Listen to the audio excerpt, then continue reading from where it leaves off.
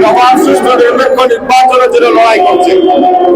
আমাদের বহু প্রাণ দিয়েছে, আমাদের বহু নেতা কর্মীরা গুমের শিকার হয়েছে, আমাদের বহু নেতা কর্মী বিচারপতি হত্যাকাণ্ডের শিকার হয়েছে, আমাদের বহু নেতা কর্মী লক্ষ লক্ষ মামলা মোকদ্দমার শিকার হয়েছে।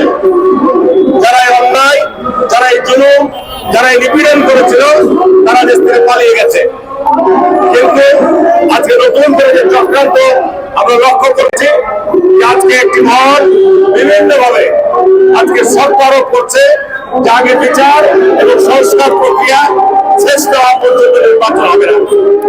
এই ধরনের উদ্দেশ্য প্রণীত সরকারও করে আমি মনে করি যে বাংলাদেশের যে আপামর জনগণের যে দীর্ঘদিনের ঐকান্তিক আকাঙ্ক্ষা যে একটি নির্বাচিত অবাধ সুষ্ঠু নির্বাচনের মধ্য দিয়ে জনগণের শাসন কায়েম হবে, সেটির একটি অন্তরায়।